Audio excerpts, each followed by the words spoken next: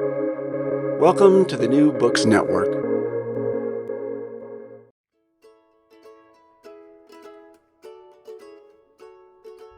Hello, I'm John Plotz. Welcome to this Recall This Book rebroadcast of a terrific 2023 conversation from our partners over at Novel Dialogue, where they explore the making of novels and what to make of them. We'll jump in right at the moment that I introduce the two front seat occupants of that episode. Today, our reigning critic is none other than Dr. Paige Reynolds, Holy Cross Prof. I really like how that sounds. Editor of many fine collections, author of many wonderful articles, as well as two books, 2007 Modernism, Drama, and the Audience for Irish Spectacle, and forthcoming this year, The Stubborn Mode, Modernism in Irish Women's Contemporary Writing. And I got a sneak peek at that, and wow, I'm very excited. So Paige and I from lowly Massachusetts look over the waters today to our wonderful novelist. And to introduce her, over to you, Paige. Thanks, John. So today I would like to introduce Anne Enright, who's the author of 8 novels, including the 2007 Booker Prize-winning The Gathering, which documents the intimate contours of familial and cultural trauma in the wake of childhood sexual abuse. She's also the author of short stories collected in The Portable Virgin, Taking Pictures, and Yesterday's Weather, as well as editor of the pitch perfectly curated Granta book of short stories. Anne is also a stunning memoirist, as seen in the candid nonfiction of her Making Babies, Stumbling into Motherhood, and in No Authority, a bracing set of essays written when she served as the first laureate for Irish fiction from 2015 to 2018.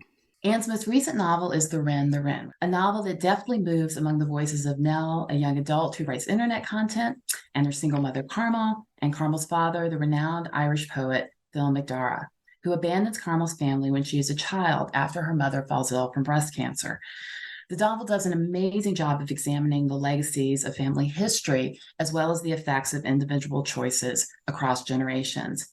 So, Anne, when we had talked earlier, I'd asked if you would mind opening our conversation by reading something from Wren The Wren. So can I toss it over to you? Yes, of course, Paige. My pleasure. This is a section which was actually one of the first things that I wrote in the book, and it's from the point of view of the middle character, Carmel. It was not that he left when she was sick. It was the way he came back and ransacked the place, looking, he said, for his watch, which was lost or mislaid, or perhaps their mother had hidden it to annoy him. She'd held on to it as some kind of keepsake. He went through the living room, he opened doors on the sideboard and scrabbled along the mantelpiece, rooted along the sofa, upending the cushions entirely, so they were tumbled about and gaping, and you could not think how to sit down again. Did you see it? The watch had a creamy face and a brown leather strap. Carmel knew it from her father's broad wrist, was familiar with the warmth of it. A small, heavy thing. It was slender and solid, like a ticking coin. He unbuttoned his cuffs and unlatched the clasp. And he was always leaving the watch somewhere, beside the ashtray or on the shelf in the bathroom or in the bedroom, where their mother was now listening, as he went around the place, dragging stuff from under the sink in the kitchen where no watch was ever stored. Did you take it? And the thing was, her father could never find anything. He could be looking right at it. He used to laugh about how silly Dada was in this regard. Her mother used to say, if it was a dog, it would bite him. A phrase that would take Carmel many years to understand. When something was lost in that house, she would sing out a location. It's on the landing, it's on the bookshelf. Because their mother was the keeper of objects. She kept everything in mind. But she did not say where the watch was, and this annoyed their father. He banged about until her silence became a kind of wall he could not break through to go upstairs. At least that was Carmel's sense of the events on this particular afternoon. She was 12 years old. There were gaps in her memory that seemed to open up even at the time. Mostly they were about her own movements. Did she help look for the watch? More likely she just stood there. Or she might have listened with her sister Imelda from the doorway of the front room. Even so, she could see her father wherever he went in the house. It was like a story she knew from every angle except her own. She watched him arrive at the foot of the stairs, put his hand to the banister and look up. And Carol did not remember going up after him, but that is what she must have done, because she really did remember him in the bedroom where her mother lay. She saw him as you might see a stranger from a distance, but she also saw him in every detail. Her father was then 47 years old.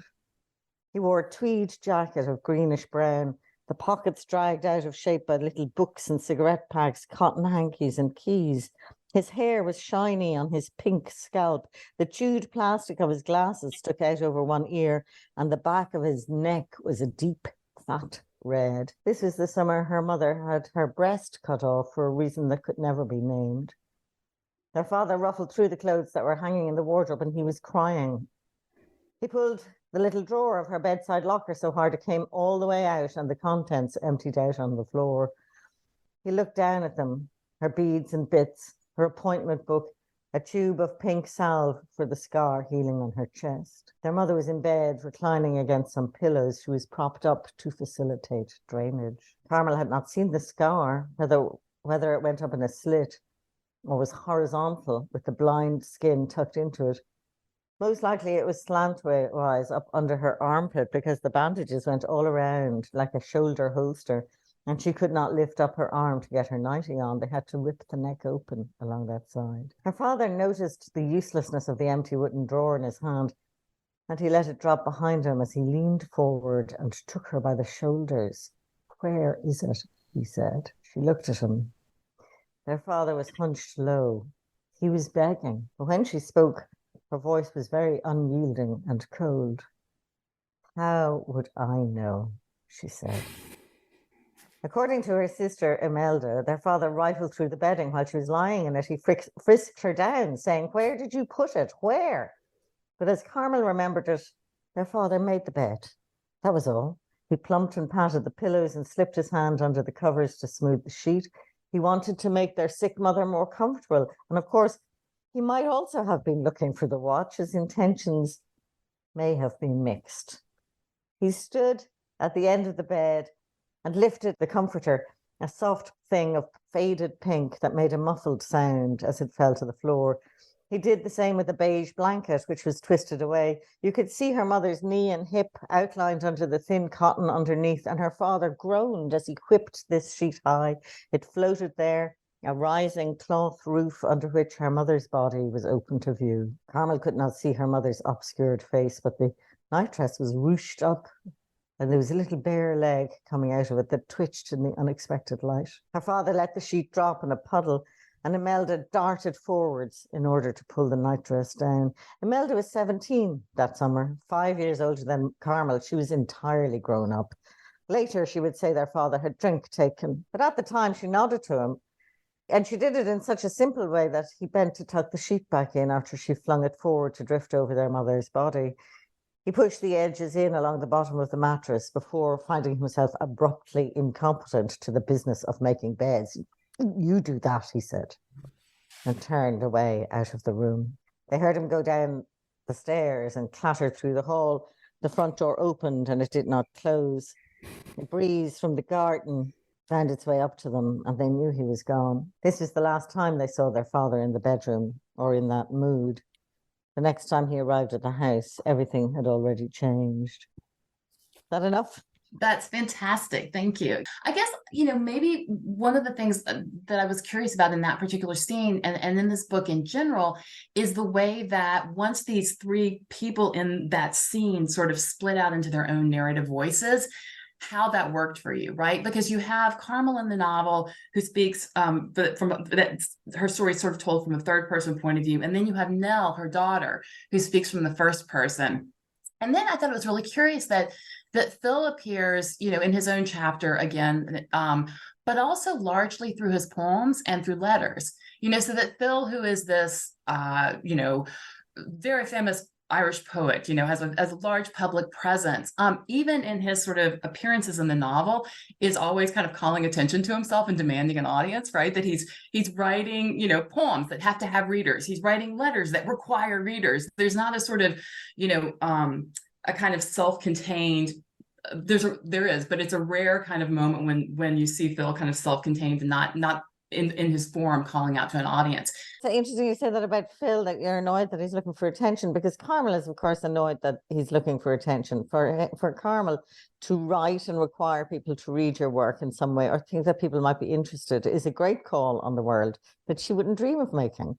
And that kind of attitude is kind of familiar in some ways. Like, why would you do that? But the Phil has a chapter of memoir. He has, I think, 10 poems, and he has a couple, maybe a couple of letters. These are texts, so it's almost like he's dead, right? These are his texts, so they're remnants. They're something that have been shed and have been left behind. So for me, that presence isn't insistent; it's gone, and remains only as text. Whereas the stuff with Carmel and with Nell, her daughter, is much more is alive. I mean, the words, those words are about living people, and in the case of Nell, they're hugely experiential. So they're there to be experienced in the present tense, in a direct mode, in quite an intimate sort of listening space. Do you know what I mean? She's very close to your ear. She's so they're kind of there to be experienced. Whereas Carmel is more her mind is she's a literal minded person. She's someone who, as a result of her father's both his reputation and the rupture of his leaving, has kind of closed off various parts of her herself and become more kind of solid variation of the potential selves she could have been. Okay, so she kind of shut down a little and is very literal minded, very anti-metaphorical, very pragmatic, very practical. If she's not looking at it, as Nell says, I think my mother has a kind of object permanence thing going, because if she's not looking at it, she's not interested in it. She deals with what she has to hand. Just talk a little bit about how you imagined and came up with and inhabited Nell's subjectivity in those chapters. By the end of the day, when I'd finished, I don't know how long I was with Nell, or how long I was with the whole book, but by the end of the time of writing, if I needed more structurally from Nell, or I needed to, make some kind of technical transition, fill some time in years, or describe something, I just sat down and typed it. She just came to me so incredibly easily by the end of the writing process. And again, there's kind of, or there can be an oddness about what a young person is. Some young people, because again, Nell she's 8 at one stage, and she's 9 at one stage, she's maybe newborn at another stage, and she's, when she's writing herself as herself, she's in her late teens, early 20s, and there's some kind of questions. How do you know what young people are like? Okay, or how can you be a young person? Which is a real absurdity to me, because of course what we don't know about is old age, because we're not old yet, but we've all been young. So it's not a country that's cut off from the rest of the world or humanity, but it is a place which is frequently considers itself misunderstood. And that feeling of being misunderstood is part of its differentiation from the generation that preceded it. So that cry of "you don't understand," which is the young person's cry to their parents, is, isn't about not understanding. It's about something else. So I didn't find it hard to understand Nell. During when I was writing her, I didn't know where to go. I mean, that first section, she is engaged in a obsessive and abusive relationship. Well, she's the one who's being abused, I suppose, but with Phelim. It's a kind of it's not an enclosed or coercive relationship. That might be perhaps the next step.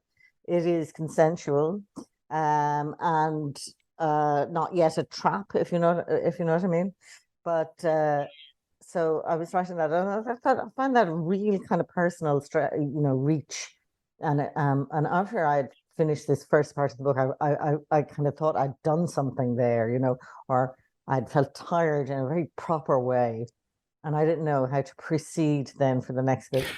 So I was interrupted in the writing by my old friend Claire Bracken from Union College calling at the door. And I remember, Claire liking my early work or understanding something about the relationship between the organic and the machine, between the reproductive and the system, if you know what I mean, somewhere between anyway.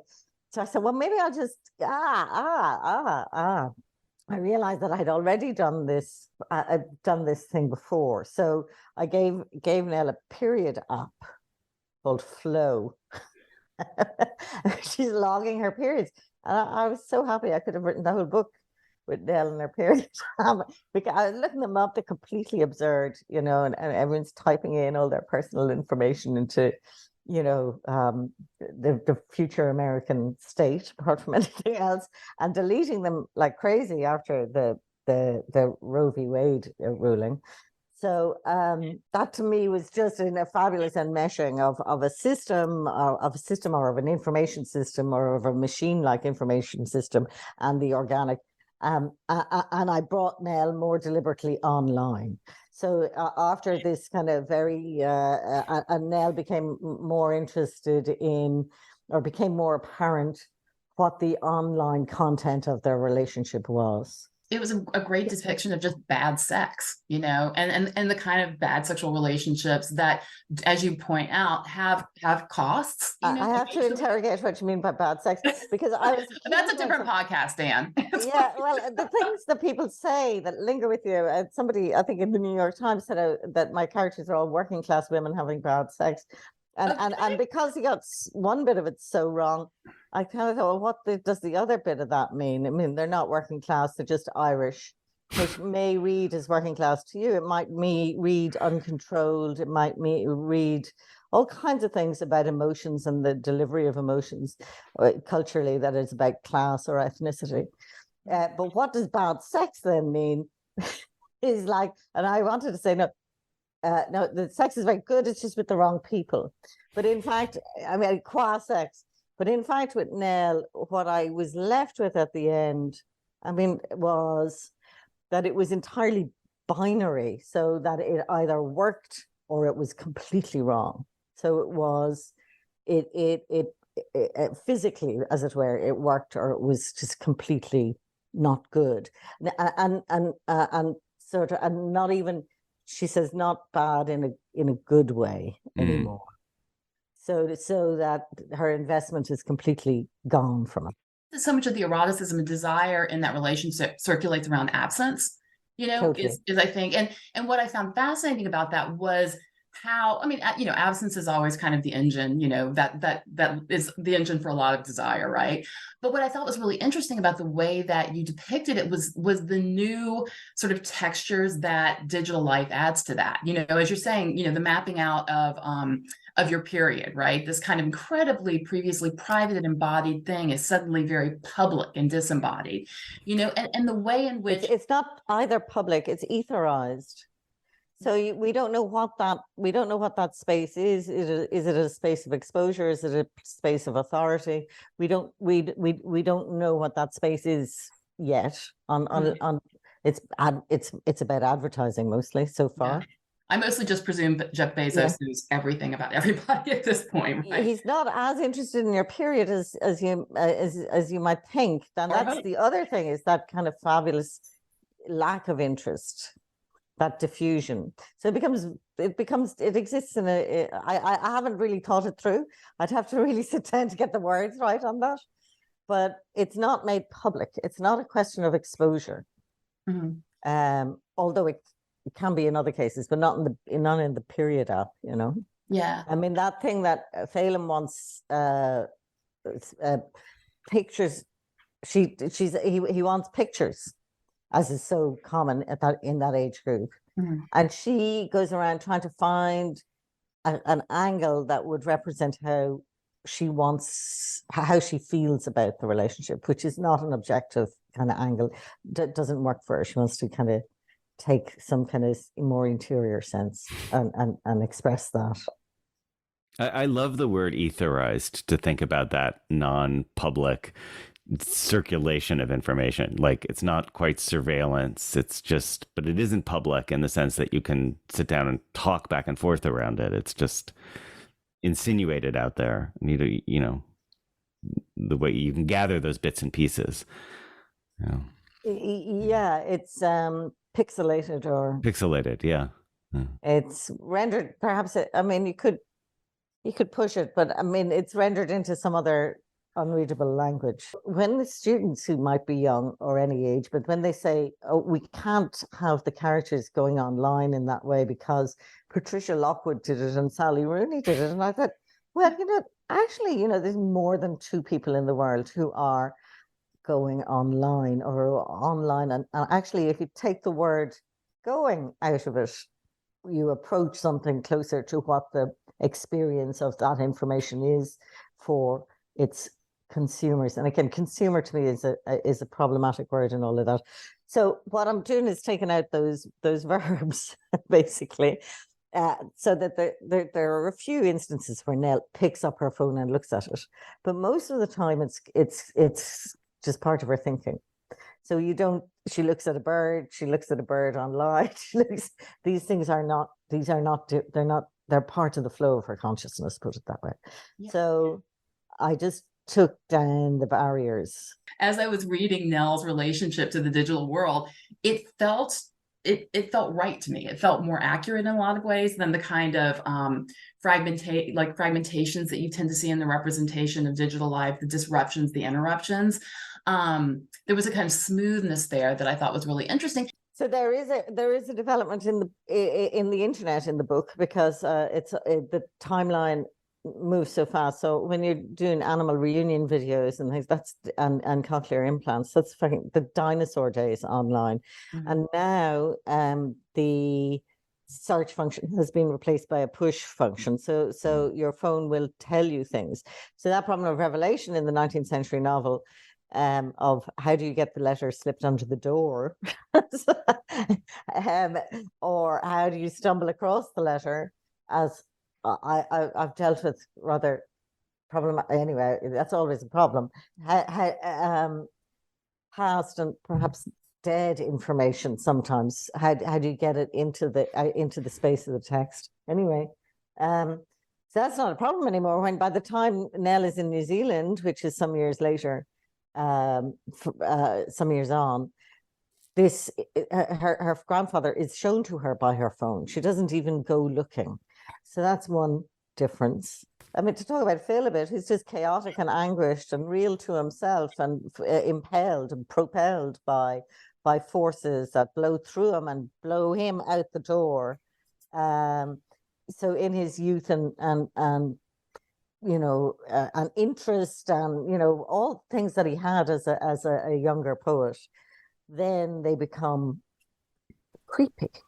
Yeah. Later on. It was interesting because I think, like, you're so good about kind of documenting bad behavior and kind of the fallout of bad behavior. And, you know, because I even think about like, you know, Gina and the Forgotten Waltz in the same way that I think about Phil to some degree, that there's never a moment when you can't also hold a chunk of sympathy for these characters, you know, that they're not these kind of monstrous characters that, you know, that for all of their failings, you want to sort of push away from yourself, you know, that as a reader, you're not kind of, that there is a way in which you're deeply sympathetic to the better sides of these, or at least I find myself reading that way. But the reader is, well, I am, but, you know, I don't know if the reader is, you know, I mean, there is a kind of moment of doom when you commit to a character, because none of my characters are lovely, apart from Terry. Terry's lovely. Mm. But so when you commit to a character and you say, oh God, you know, I'm going to have to like these soon. You know what I mean? I'm going to have to find a way.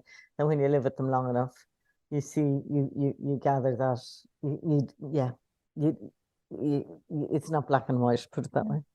So can we just like nudge the conversation? Because I think another thing that was really interesting about Nell, and I was wondering as I was reading, is to the degree to which her amazing characterization also came from your time in the classroom, you know, so that I know, you know, as I mentioned to you when we first talked about this, you know, that novel dialogue was imagined as a format for facilitating conversations across, academics and creative writers. And that I think a lot of times in the States, there's a kind of bigger divide.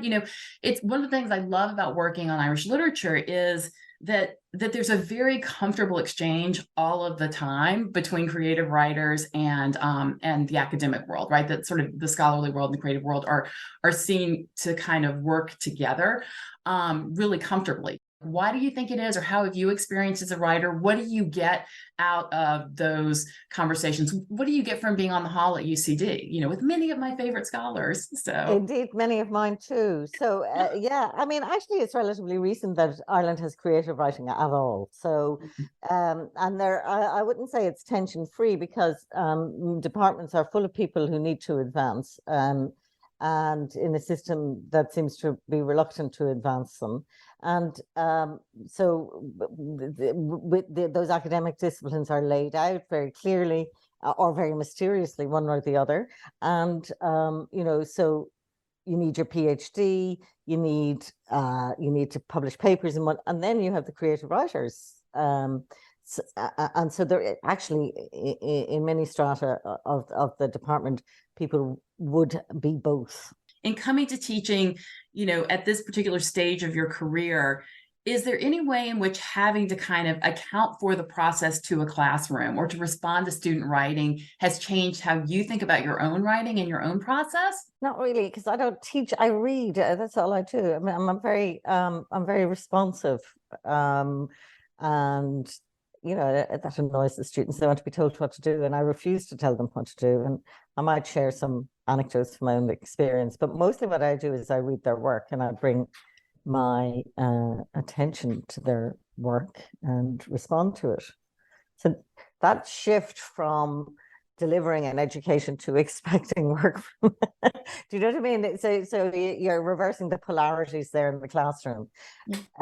In my case, very deliberately. So I don't really chop up the course and deliver it in sort of pieces that they might digest. Yeah. And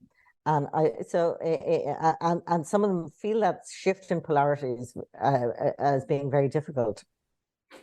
Perhaps more the American students when I think about it, because no surprise. The idea that you're supposed to be delivering a product. Yeah. But you can't deliver their book. They're the only person who can write their book. You can't deliver their creativity, though you might say bright things to open doors. But actually, there are a few things you can do in terms of atmosphere. You can make sure they know by one hint or another that they can write absolutely anything they want. Okay, so you can remove their inner censor. And you work with, that's delicate work, okay? You don't want to frighten the horses, but you can somehow give them permission. So that's one thing that I'm very keen to do. I mean, when you say, writing Nell, did that come from observing students? I would have to say not really. Interesting. There might be a kind of frustration there that they're not delivering work about their absolute, many of them. But some of them are, I suppose some of them are. A lot of work about youth is about disconnection. And so when you said that the young writers that you're reading are interested in the fragmentation and disconnection that comes from being online, and Nell isn't, that's because that's a tension that I'm also interested in. It's not just because Nell is herself interested in connection. She's a young woman interested in connection. And I know it's not very fashionable, even among young women now, to be interested in connection, but they do nothing but connect all the time. You can't stop them. When you think about the form that work takes among the young, like in America, I seem to see a lot of the creative writing students going towards writing screenplays, or they want to design a video game, or they imagine, writing for the movies. Is that, do you see that as well? Do you have thoughts about that? Or yeah, they can. I mean, I suppose they can do what they like. That's the other thing they don't like me saying. But and I'll talk about narrative structure, and I'll talk about structuring, and I'll talk about process. That that you can structure all you like. It's not what's going to happen as soon as you start typing, and then you have to look at what you're doing. Look at what you're actually doing rather than planning on doing. So Yeah, I mean, prose fiction is what I'm more capable of teaching, and I'm not teaching, engaging with, and I don't really do. I mean, that they possibly have a screenwriting class. Am I being a little too deliberately vague? But John, I also think, and I think Anne would probably agree with this, one of the things that's interesting about Ireland in particular, for being such a small country, are the amazing venues for prose writing. You know, that there's such a vibrant network of small independent presses and little magazines there right now, that you can write prose and you can get it before readers in a way that I don't think you can as easily in the States. So, you know, that I think that also might help to explain the kind of commitment to prose writing, and, you know, like in a way that seems I think the difference with those programs there. I think the difference with those small journals, like, is that people a feeling that people will read them. So because there's no shortages of ways to publish whatever you want to do wherever, but it's that feeling of making it somehow matter, and the circumference here in Ireland makes that somehow matter, and so that's important to them. But actually, the prose, I mean, there's stuff about identifying and refining the tone and the voice on the page. So you avoid the word voice because it's already there. Don't go looking for something. I mean, it's like people looking for their voice, and they say, "Oh, you know," it's like as if they didn't. When it's right there in front of them is really kind of. So that's what another of my jobs. Say, there it is. Look, there it is. There's that comma there. That's how your voice is structured, you know. So they're kind of keen on prose fiction.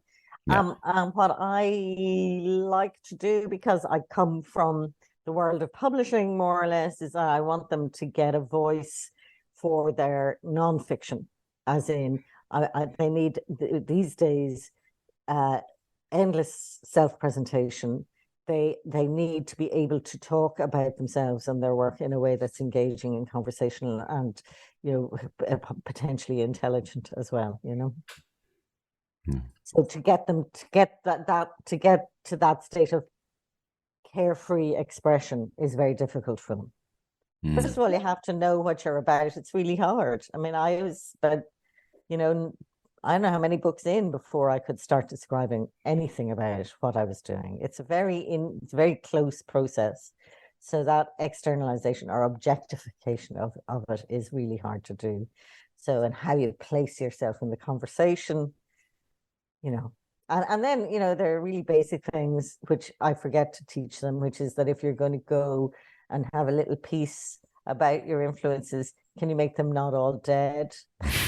That's like, you know, congratulations, you love Nietzsche. That doesn't mean you're fabulously intelligent. You know what I mean? That they should engage in the current conversation, which is actually condemning them to hell, really, because that endless networking and reforming of networks and building of influence and all the rest of it is an absolute mortification to the soul of writing. It's really, really difficult. But having that voice is so great, you know. I mean, like, that's, you know, just like, I know our time is winding up, but, you know, just to sort of point to the work that you did as the first laureate for Irish fiction, you know, and those essays in No Authority, you know, in terms of being able to kind of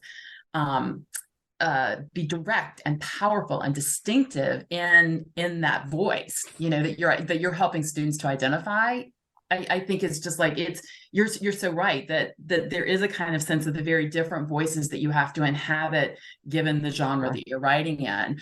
But, you know, but it's so pitch perfect. And again, I know this is because, you know, you've written so many, you started as a journalist and you've written so many opinion pieces and essays for, you know, for various things like the London Review of Books.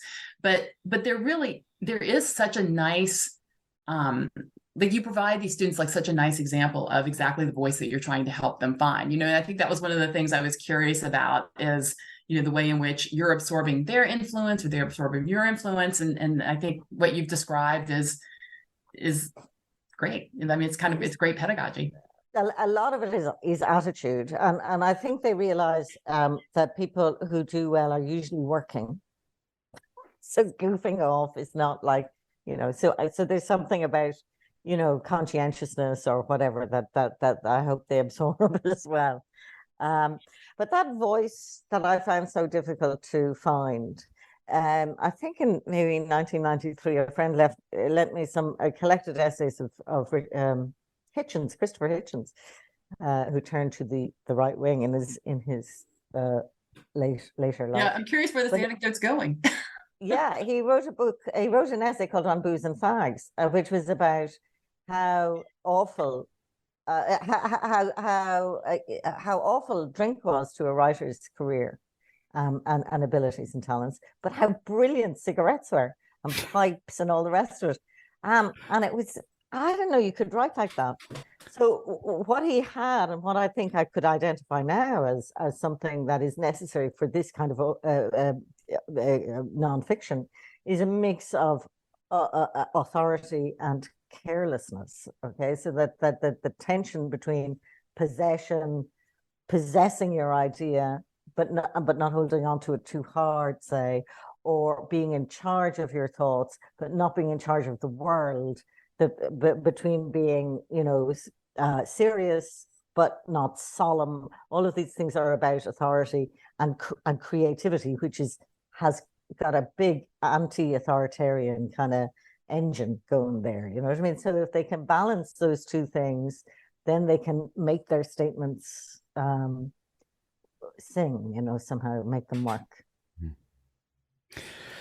So, and this might be a good moment to turn to the signature question that we ask all of the folks we speak with on the podcast. So the signature question for season 7 is, what is the first book that you remember loving?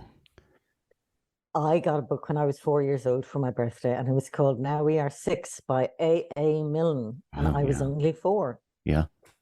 I mean, that was endlessly something I needed to point out to people. I'm only 4 and I have a book about being 6, and I could read it.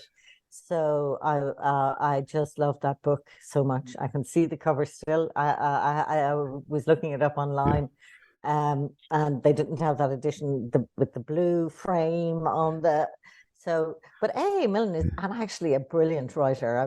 When I read him to the kids, which is a great test, every sentence worked. Winnie the Pooh and all the rest. They're so well put together. It's really great. So I loved that book. I loved that book. Then I loved Alice in Wonderland, and I loved Alice in Wonderland for many years. And to the disappointment of my mother, who wanted me to love Wind in the Willows, because she had loved Wind in the Willows. Why could I not love Wind in the Willows was the question. And I didn't find Wind in the Willows as interesting one way or the other, apart from too much class-based. Too cute, maybe. It is cute, yeah. Yeah, Mr. Toad cross-dressing was the bit I remembered. The escape in the women's clothing, the laundry women's clothing, that was fun. Yeah. But Alice in Wonderland, I read, constantly, just over and over and over again. I'm so happy you say that, because I talk about Veronica as kind of ambivalent and trying to be and not be Alice in Wonderland in the Gathering in my book. So now I'm feeling all saucy because there's that comparison. Not through the looking glass, no. just sort of falling into the abyss. The fall is great. So Paige, thank you so much, and thank you. It's incredibly generous of both of you. Thank you. It was great. Thank you. Recall This Book is the creation of John Plotz and Elizabeth Ferry. Sound editing is by Kamaya Bagla, and music comes from a song by Eric Chaslow and Barbara Cassidy. We gratefully acknowledge support from Brandeis University and its Mandel Center for the Humanities. We always want to hear from you with your comments, criticisms, or suggestions for future episodes. Finally, if you enjoyed today's show, please forward it to 5 people or write a review and rate us wherever you get your podcasts. Thanks for listening.